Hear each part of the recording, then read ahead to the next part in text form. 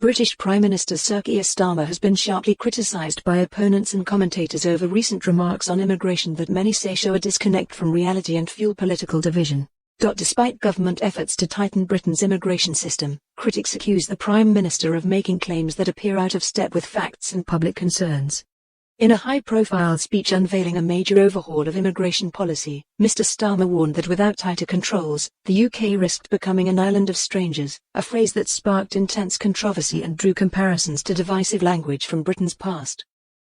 The government's plan, outlined earlier this year, aims to significantly reduce net migration by tightening work, study and family visa routes, raising language and skill requirements, and extending the residency period for settlement. Officials say these reforms are necessary to restore order to the asylum system, control borders and respond to public concerns about migration.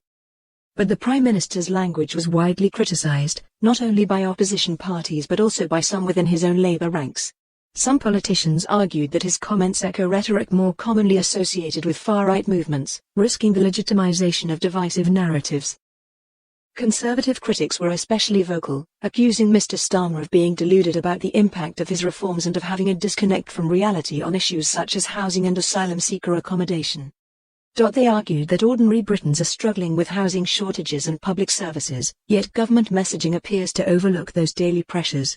Reform UK leader Nigel Farage and his party also hit back, dismissing the Prime Minister's stance and accusing him of misrepresenting their policies and of calling supporters racist. They have continued to press for even stricter controls, including radical cuts to legal immigration and the removal of settlement rights for many migrants. Public opinion appears deeply divided. A recent poll found that 2/3 of UK voters incorrectly believe immigration is rising, even though official figures show net migration has fallen sharply.